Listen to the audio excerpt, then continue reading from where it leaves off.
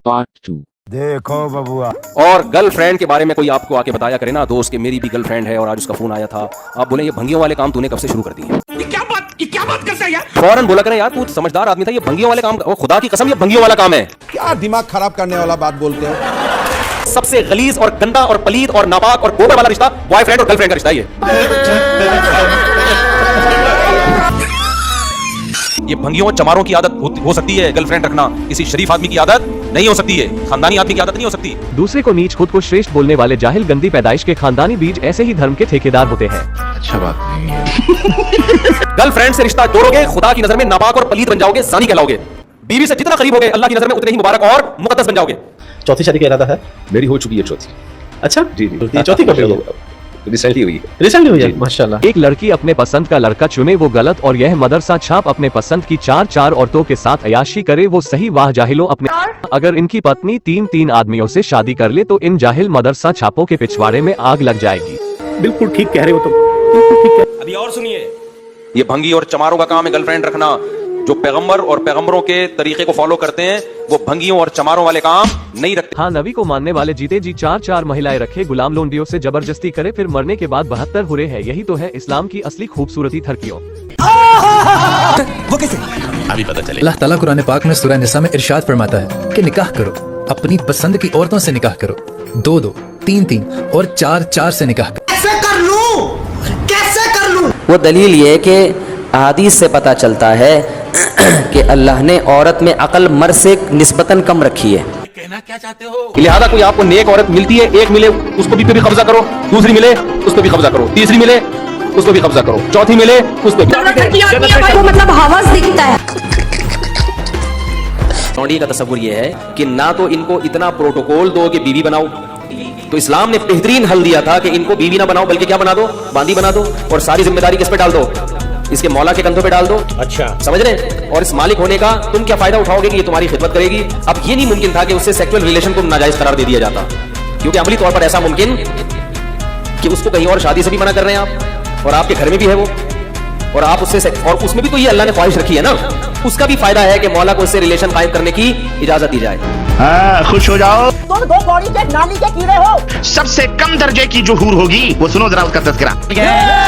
देख लोगे तो मुंह में पानी आ जाएगा, इंसान को देखते ही रह जाएगा वो। जरूरत अगर एक जमीन पे थूक दे, समुद्र में थूक दे वो एक बार, तो समुद्र पानी मीठा हो जाएगा। वो तो बहुत खूबसूरत है, वो अपनी घरवाली से भी ज्यादा खूबसूरत होगी। ये हो रहे होते हैं जैसे यहाँ की औरतें हैं, ये कुछ भी नहीं है। अगर आप चांद के पास भी ले आओगे हम लोग तो धुंधला पड़ जाए। पूरे जो है इस दुनिया की औरत से 70 गुना बेहतर है। ये नेठी पोठी बीवी नहीं, ये बदबूदार बीवी नहीं। हमारी बीवी बदबूदार है, उसके बालों में भी बदबू, उसके पसीने में भी बदबू, हर चीज में बदबू है। बहुत तेज हो रहा है। आप उससे हम बिस्तरी भी करेंगे, मजे लेंगे, यहाँ से कहीं ज्यादा लज्जत वहाँ हासिल होगी। कह रहे हैं आप उनसे हम बिस्तरी भी करेंगे, मतलब कि वो स्लीप विद देम। फिर उन्होंने शब्द इस्तेमाल किया मजे भी लेंगे, है ना? ठीक, हम तो यार दुनिया में दलाली करते हैं, ये लोग तो जन्नत की दलाली कर दिए। ठीक, हम तो यार दुनिया में दलाली करते हैं, ये लोग तो जन्नत की दलाली कर दिए। ये तो होगा, ये तो होगा। आगे चलो। और यहाँ तो हो सकता है मिनटों में आप फारिग हो जाते हो। अल्लाह के नबी सल्लल्लाहु अलैहि वसल्लम की हदीस आती है, मौलाना साहब ये फरमा रहे हैं कि हो सकता है यहाँ तो आप मिनटों में फारिग हो जाते हो। समझ गए ना? ये जन्नत है या कोठा? और 72 हुरों का मकसद ये है कि अय्याशी। गजब बेइज्जती है। आप लोग मुसलमान महिलाओं को खेत बोलते हैं क्या? आप लोग मुसलमान महिलाओं को खेत बोलते हैं? क्या बात कर रहे हैं? एक सवाल हमारे पास आया कि बीवी के पीछे की राह से हम बिस्तरी करना जायज है या नाजायज? तू समझा? हाँ। नहीं, तू समझा नहीं? कि अल्लाह रब्बुल इज्जत ने कुरान पाक में फरमाया, औरतें तुम्हारी खेतियां हैं, अब तुम जिस राह से चाहो आओ, चाहे वो पीछे की राह हो चाहे वो आगे की राह हो। अभी और सुनिए, तुम्हारी औरतें तुम्हारे लिए खेतियां हैं, और तुम जिस तरह से चाहो अपनी खेतियों में आओ। कुरान मजीद में कहा गया है कि औरतें आपकी खेती है। हाँ, खुश हो जाओ। समझ रहे हो? मेरे को जाना पड़ेगा, मुझे अपने घर जाना है, मुझे घर जाना है। प्यारी समझ गई।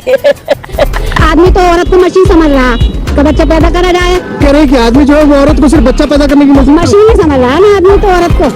ये तो होगा। ये क्या बात हुई? इनके 2 बच्चे होने दे, 2 क्यों ना दे? अल्लाह की देन है, अल्लाह की देन है, अल्लाह जितना देंगे उतना लिया जाएगा। कितनी दफा इनकी तलाक़ें हुई हैं? 6 दफा तलाक़ें हुई हैं। 6 दफा तलाक़ें हुई हैं। टोटल जो हुई है, जो हलाला और कोई टोटल 6 बार इनका निकाह हुआ है। और बड़ा, और जो सबसे बड़ी जो अफसोस की बात थी, जो दुख की बात थी, वो ये थी कि वो साहब जो थे वो खुद लोगों को नमाज पढ़ाते थे, लोगों को दर्स देते थे। क्या औरत तबाह है क्या कि जिसके पास में चाहा उसके पास भेज दिया, जब चाहा तलाक दे दी, जब चाहा हलाला कर दिया। होगा ये तो होगा म्यूजिक।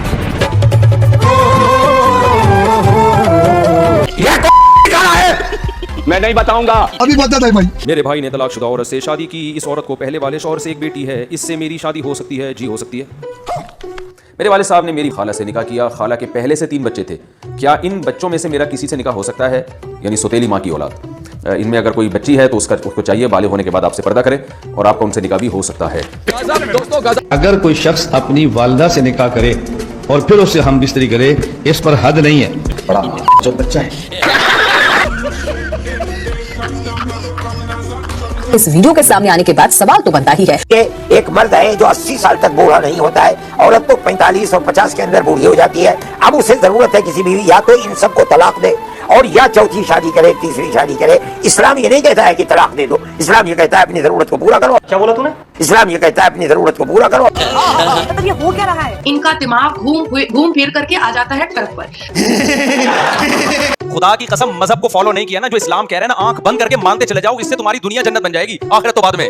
चल झूठा। पूछना चाहूंगी उन तमाम मुद्दों से कि वो जो कहते हैं कि 135 फुट की हूरें मिलेंगी, तो ये जो टिंगू टिंगू से हो जाएंगे, ये तो इतने छोटे छोटे ही जाएंगे। 135 फुट के सामने अगर 6 फुट का भी कोई आदमी है तो वो तो टिंगू सा ही हो जाएगा। तो ये सेक्स का मजा लेगा कैसे? 135 फुट की औरत और 5 फुट 7 इंच का, 6 फुट का बहुत ज्यादा तो 6 फुट का मर्द, ये मुसलमान मर्द कैसे सेक्सुअली अपने आप को सेटिस्फाइड कैसे करेगा? तो थोड़ा सा अगर माथा बुद्धि लगा ले। इस्लाम जो है नकल का नाम है, अकल का नाम नहीं है। नकल का मतलब जो कुरान में है, जो कुरान में है, इस्लाम उसको कहा जाता है। अच्छा बात नहीं है। भक्त जनो कैसे हो सकते? कोई हिंदू, कोई मुस्लिम, कोई ईसाई है, सबने इंसान न बनने की कसम।